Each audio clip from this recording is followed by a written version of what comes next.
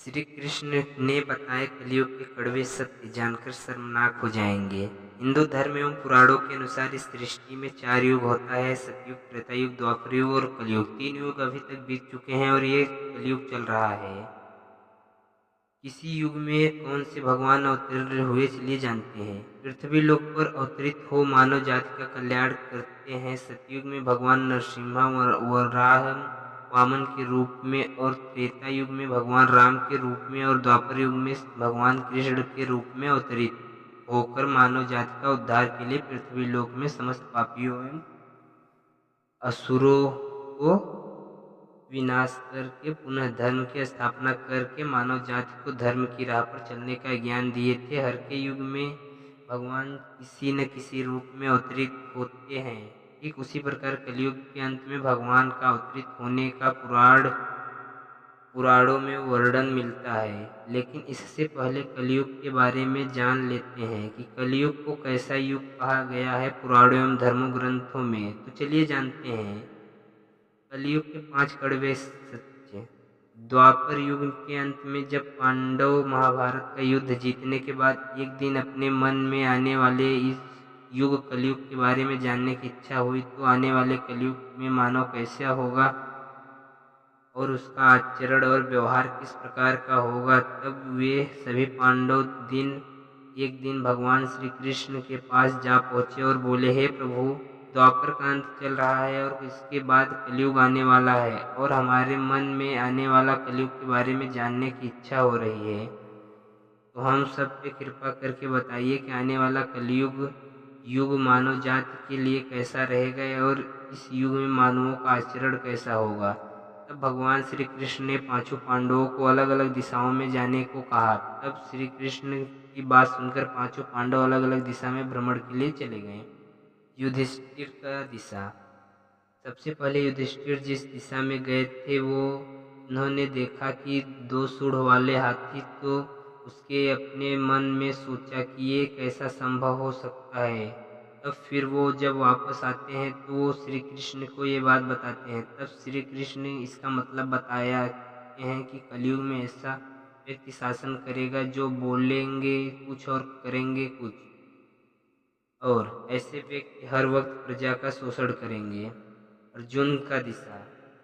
उसके बाद अर्जुन ने जिस दिशा में भ्रमण करके गया थे तो उसने देखा कि एक पक्षी जिसके पंखों पे वेदों की लिखावट है और वो पक्षी मरा हुआ जानवर का मांस खा रहा है। ये देखकर अर्जुन दंग रह गए और ये बात श्री कृष्ण को उसने बताई। तो श्री कृष्ण ने इसका उत्तर देते हुए कहा, हे पार्थ, कलयुग में ऐसे लोग होंगे जो ज्ञानी कहलाएंगे और वो अधिक शिक्षित भी होंगे। उस सब चीज़ों का ज्ञान होगा लेकिन उसका आचरण दुष्टों का होगा।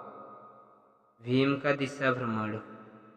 भीम जिस दिशा में गए थे तो उन्होंने देखा कि एक गाय अपने बछड़े को चाट रही है और वो गाय अपने बछड़े को इतना चाट रही थी कि चाटते चाटते उस बछड़े का खून निकल आ रहा था। तब ये बात श्री कृष्ण को बताई और श्री कृष्ण ने उनको उत्तर देते हुए कहा कि कलयुग में माता पिता अपने संतानों के लिए इतने आसक्त हो जाएंगे कि उसके संतान का विकास ही रुक जाएगा और अपने संतानों को परिवार की मोह माया जाल में बांधकर रखने लग जाएंगे, जिससे उनका संतानों की किसी भी चीज में सफलता नहीं मिलेगी। सहदेव का दिशा भ्रमण। सहदेव जिस दिशा में गए थे तो उन्होंने देखा कि भ्रमण करते समय एक गांव में पहुंचे तो उन्होंने देखा कि उस गांव में बहुत सा कुआं देखा जिसमें सभी कुआं में पानी था, लेकिन गांव के बीच में एक कुआं ऐसा भी था जिसमें पानी नहीं था।